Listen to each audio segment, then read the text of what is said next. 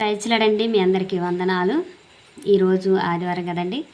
మరి ఎంతమంది ఈరోజు దేవుని సన్నిధికి వెళ్ళి దేవుడు ఈ వాక్యం ద్వారా ఏం మాట్లాడారు? ఈరోజైతే దేవుడు మాతోని దానియేలు గురించి దేవుడు మాట్లాడాడు వాక్యం ద్వారా.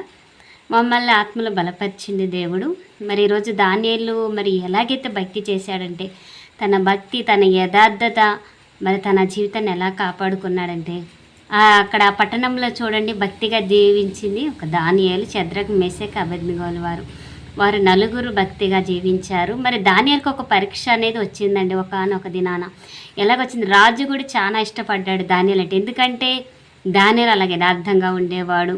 ప్రవచనం అంటే ఒక దర్శనాలు వచ్చినప్పుడు దానికి అర్థాలు మరి ఒక పరిశుద్ధాత్మ ద్వారా మరి చెప్పేవాడు. అలాంటి ఉన్నప్పుడు మరి ఎంతో దానియేలుని ఇష్టపడ్డాడండి రాజు కూడా. ఎంతో ప్రాణ స్నేహితుడుగా, అంటే ఒక స్నేహితులు ఎలాగైతే ఇష్టంగా ఉంటారో అలాగే దానియేలు అంటే చాలా ఇష్టం రాజుకు కూడా. కానీ అక్కడున్న కొంతమంది ఉంటారు కదండి. ఈరోజు మన లోకంలో మనతో ఇష్టంగా ఉన్నప్పుడు కొంతమందికి నచ్చదు కదండి. ఎందుకంటే నన్నే ప్రేమించాలి, నాకే అధికారం ఇవ్వాలి, నన్నే గుర్తించాలనే వాళ్ళు చాలామంది ఉంటారు. కానీ దానియేలు ఉన్న యథార్థతని బట్టి రాజుకు కూడా ఎంతో ఇష్టపడ్డాడండి దానియేలు. అయితే ఒకనొక రోజు మరి రాజు దగ్గర ఉన్న కొంతమంది ఏం చేశారంటే కుట్ర పొందుకొని మరి దానియేలు ఎలాగైనా ఇరికియ్యాలి, ఎలాగైనా చంపేసేయాలి, లేకుండా చేయాలి రాజ్యంలో. ఆయన ఉండటం వల్ల మనకి అధికారం రావట్లేదు, రాజు మన మాట వింటలే, దానియేలు మాట వింటున్నాడన్న కుట్ర పొందుకొని రాజు దగ్గరికి వెళ్ళి, రాజా మరి ఒక 30 రోజులు మరి నిన్ను తప్ప మరి వేరే దేవుని సేవించకూడదు, నిన్ను తప్ప ఎవరిని ఆరాధించకూడదు, నువ్వే మా దేవుడవు, నువ్వే మా రాజు అని మరి పొగడతలతో రాజు చెప్పినప్పుడు అవును కదా నిజమే అని తన పొగిడిపోయాడు. అయితే వాళ్ళు ఏం మనసులో కుట్ర పొంది వచ్చారో రాజుకు తెలియదు. కానీ వాళ్ళు ఏం చేశారంటే దానియేలుని విరికియాలి, దానియేలు లేకుండా చేయాలన్న ఆలోచనతోనే రాజు దగ్గరకు వచ్చి ఈ మాట చెప్పి 30 రోజులు ఒకవేళ నేను మిమ్మల్ని కాకుండా ఏ దేవునైనా ఆరాధించినా ఒకవేళ వాళ్ళు ఉంటే వాళ్ళని తీసుకెళ్ళి సింహం బోన్లో వేయాలి రాజు అంటే సరే అని ఒప్పుకొని రాజశాసనాలు విడుదల చేస్తారు. 30 రోజులు ఏ దేవునికి ఎవరిని ఆరాధించొద్దు, మరి నన్నే ఆరాధించాలి, నేనే దేవునిలాగా అన్నట్టుగా రాజు కూడా ప్రకటన చేస్తాడు.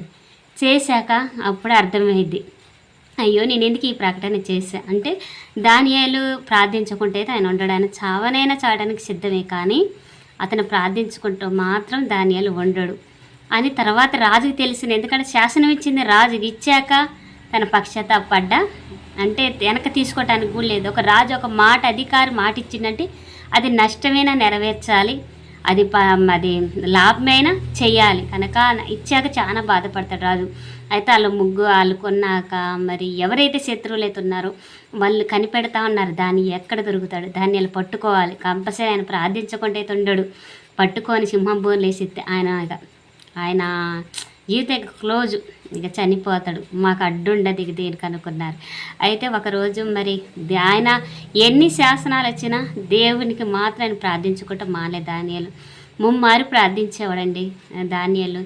మరి ప్రార్థించినప్పుడు మరి యెరూషలేము వైపు కిటికీలు తీసి మోకాలు నుంచి ప్రార్థిస్తున్నప్పుడు ఆ కుట్ర పొందిన వాళ్ళు వచ్చి చూసి, రాజా మరి ఇలా దానియేలు ప్రార్థిస్తుండు, మేము చూసాం, పట్టుకున్నాం, మరి మీరు ఒక ఆజ్ఞ ఇచ్చారు కదా, నన్ను కాకుండా ఎవరన్నా ఒకళ్ళు కొలిసిన ఆరాధించిన వారికి శిక్ష సింహం బోలేస్తానని మాట ఇచ్చారుగా, మీరు శాసనమే వదిలేరు కాబట్టి ఇది చేయాల్సింది అన్నప్పుడు రాజు చాలా బాధపడతాడు.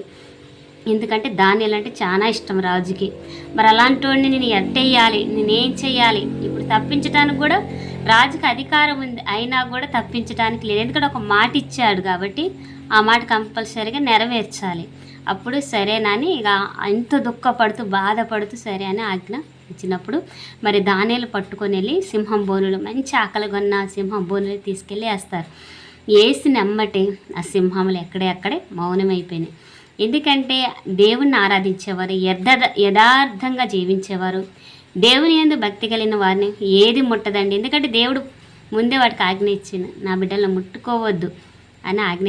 ఆ సింహాలు ఎక్కడక్కడ నిద్రపోతున్నాయంటే ఏం చేయట్లే. ఆ సింహం బోన్లో కూడా దానియేలు ప్రార్థిస్తూనే ఉండరు. ఆయనకు దూతలు కావలుగా ఉన్నాయి, అవి మనుషులకు కనపడపోయినా ఆ యొక్క సింహాలు కూడా దడిసి మౌనంగా ఉంది. ఎందుకంటే మంచి ఆకలి మీద ఉన్నాయండి, అయినా కూడా ఆ సింహాల నోటిని కూడా దేవదూతలు మూసివేస్తాయి.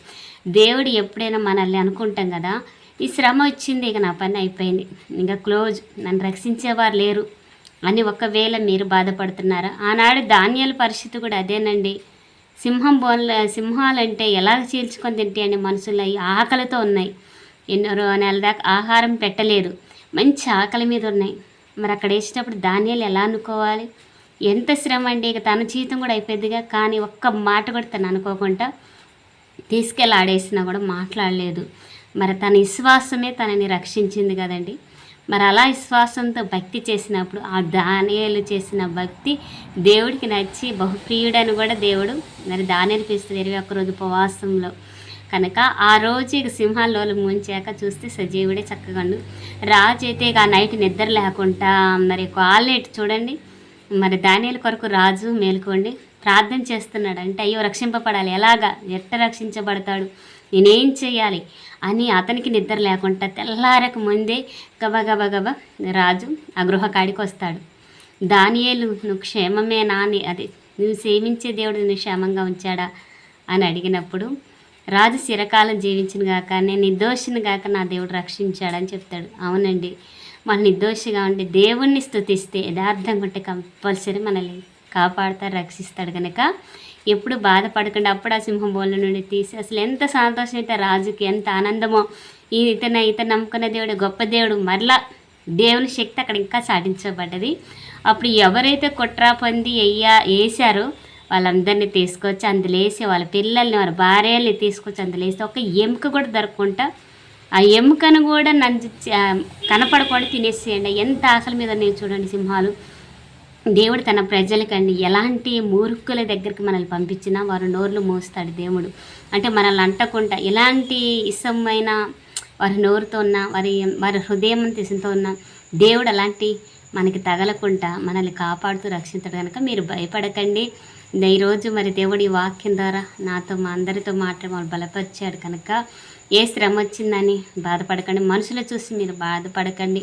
దేవుడు మన పక్షాన్ని ఉంటే మనకు విరోధి ఎవరు లేరు. కనుక దేవుడు మనకు తోడే ఉంటే ఈ యొక్క మాటలు మీకు ఎలా అనిపించిందో, అంటే ఈ యొక్క వాక్యం ఈరోజు దేవుడు మాతో మాట్లాడాడు కనుక ఆ మాటలు మరి పంచుకోవాలంతో ఆశపడ్డానండి.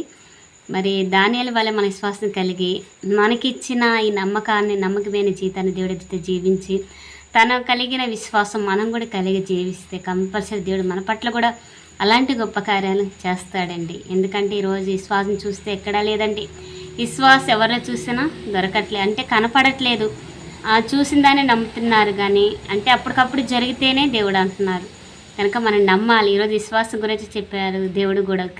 క్రియల వల్ల కాదు కానీ విశ్వాసం మూలంగా నీతిమంతులుగా తీర్చబడ్డారు. కనుక మన విశ్వాసం ఉంటే దేవుడు మన నీతిమంతులుగా చేస్తాడు, మనల్ని పరిశుద్ధపరుస్తాడు, మనల్ని కాపాడుతాడు. ఈ మాటలు మీకు ఎలా అనిపించాయో మరి కామెంట్ ద్వారా నాకు తెలియచేయండి. దేవునికి మహిమ కలుగాక. ఇన్న ప్రతి ఒక్కరిని దేవుడు దీవించి ఆశీర్వదించును గాక. ఆమేన్. ప్రైజ్ లార్డ్ అండి మీ అందరికీ. ఆమేన్.